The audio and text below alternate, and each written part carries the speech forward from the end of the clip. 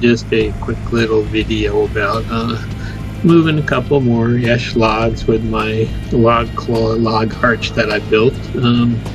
Last fall I cut down a couple more trees that were being damaged by the emerald ash borer, and I take the tops and I use them for firewood, and the good straight log sections I take them out to be sawn.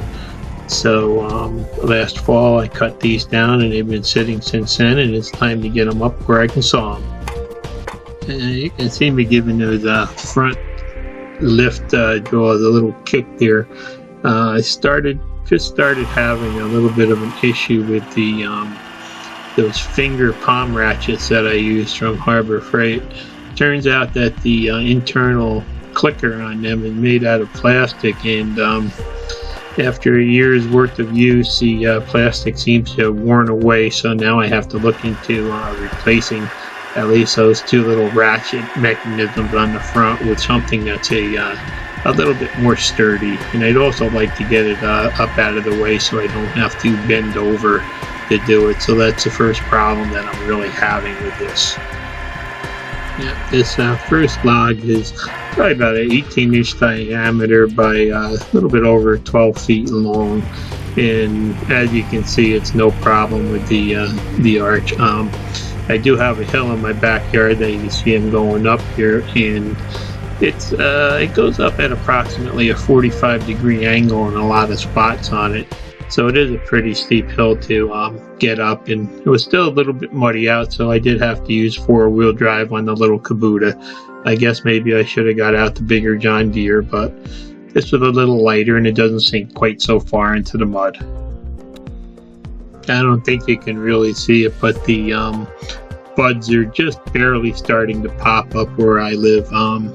This batch of trees up here that we're going through now, they were all the maples that I tapped for my maple syrup in the early spring. And then over there is my garden in the area I'm going to make a greenhouse, and there's my firewood pile. Got the first log up by my garage, and this logging arch really makes it such an easy job. You really just have to kind of unlatch the front latch, and you have to watch the back claw a little bit. I found out, just kind of guide it a little bit to keep it from swinging too bad. Otherwise, you can see there's a bunch of paint missing on the back just from it swinging around and hitting it. So as long as you just give it a little bit of guiding for us to where you want it to go, there's no problem. The part that I really like is that there's absolutely no lifting required to move my logs, and then at the same time there's absolutely no dirt gotten into the bark from dragging them. Plus there's no damage to the lawn from dragging them up over a muddy lawn. So here we go back down the hill to grab another one. You can see there's a pond down at the bottom of the hill, and hopefully someday I'll pick up a backhoe and I'll be able to clear that out around a little bit better, make it a little bit bigger, and dump all these stumps out. That the biggest problem of loading it is to just kind of roll the log up onto a 4x4, so it makes it easy to get the front lift on it. But that only takes a couple seconds with my Log-Rite cant hook, and then it's just a simple matter of backing over my second log here.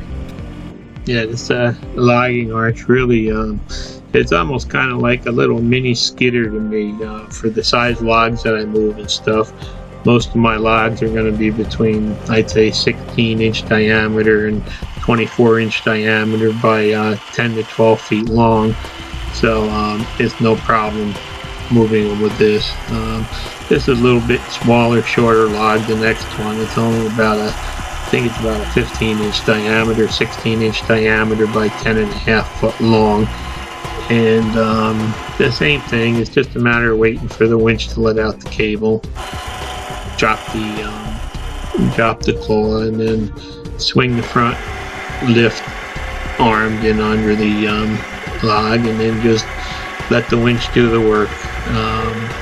Sometimes you get lucky and they're balanced perfectly and they go up perfectly level. Sometimes the front goes up first, sometimes the back goes up first, but they always wind up just, you know, hanging level when they're done.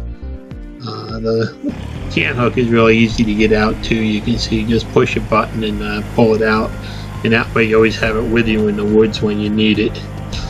And here we're going back for another one. This one's just a little bit bigger. This one's probably about 22-inch diameter by 12.5 foot long ash. And as I said, they're all my ashes are seeing damage from the emerald ash borers, so it's time for them to go.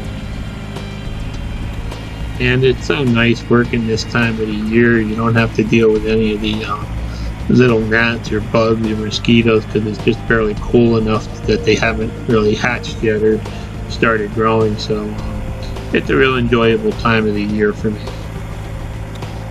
And there you go, we're over the last log.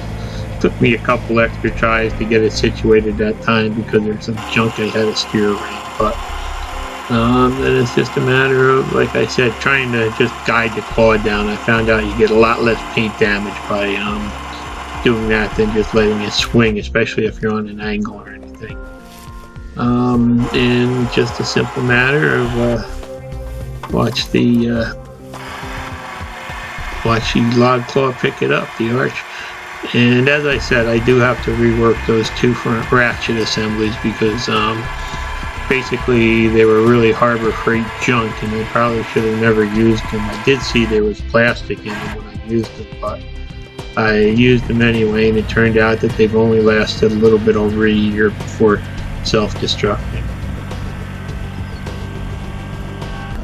And that little Kubota really amazes me sometimes because I mean, there's probably, with this log and the log arch, there's probably about 2,000 pounds that were pulling up this 45-degree angle hill in my backyard, and I just put it in low gear and it's no problem. It goes right up it without slowing down or anything else.